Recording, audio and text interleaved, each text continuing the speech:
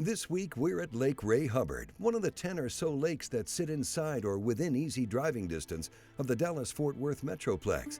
Fed by the East Fork of the Trinity River, Lake Ray Hubbard is known primarily as a striper and white bass fishery.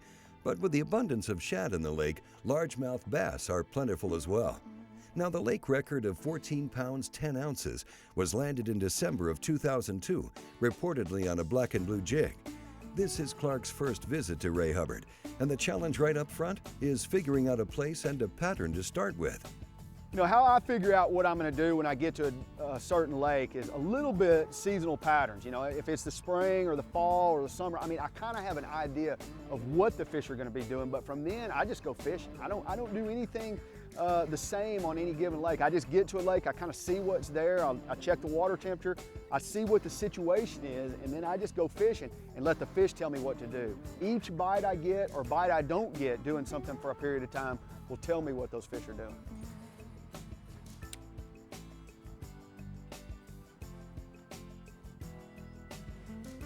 You know, for me, when the shad are spawning, I always like to start with a spinnerbait. You know, and a lot of people kind of replace the spinnerbait in their tackle box. They go into swim baits, and you know, it's just not the most popular bait anymore. But a spinnerbait, when the shad are up around shallow cover, a spinnerbait a lot of times is the best bait.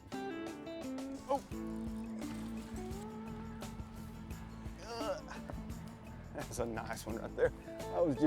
I was reeling it slow. You know, I started off reeling it a lot faster, and I started reeling it slow right there. And I got him on the trailer hook. Look at that, only on the trailer hook. And actually, only on the trailer hook and on the outside of the mouth. But hey, we got him.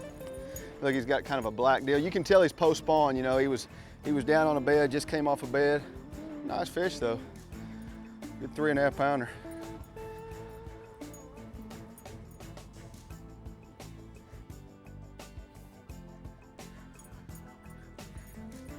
You know, I'm throwing a spinnerbait right now. We kind of just got started. You know, we started in one little set of docks and really didn't do any good. And came to another set. I just lost a fish on the end, and I came out about the third or fourth slip. I pitched in with a spinnerbait right here. I got one. And usually there's another one.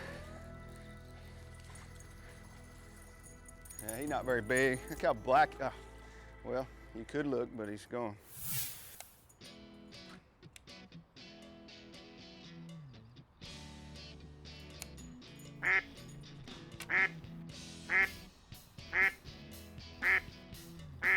There's a good one right there.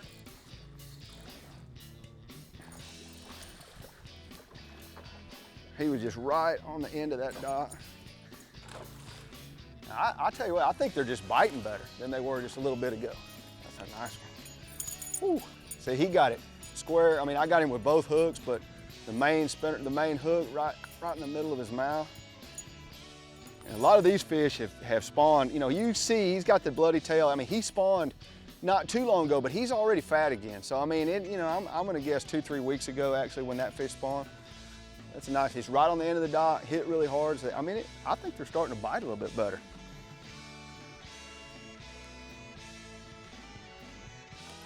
You know, if you're fishing at or around late spring, one of the great ways to fish is around boat docks throwing a spinnerbait. Spinnerbait, a jig, or a crankbait, but something going down the sides of those floats.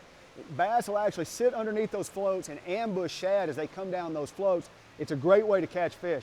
Listen, if you've got any questions about techniques or tactics that we've used, or you want to show us some of your pictures, check us out on Facebook. We'd love to know how you're catching fish all around the state.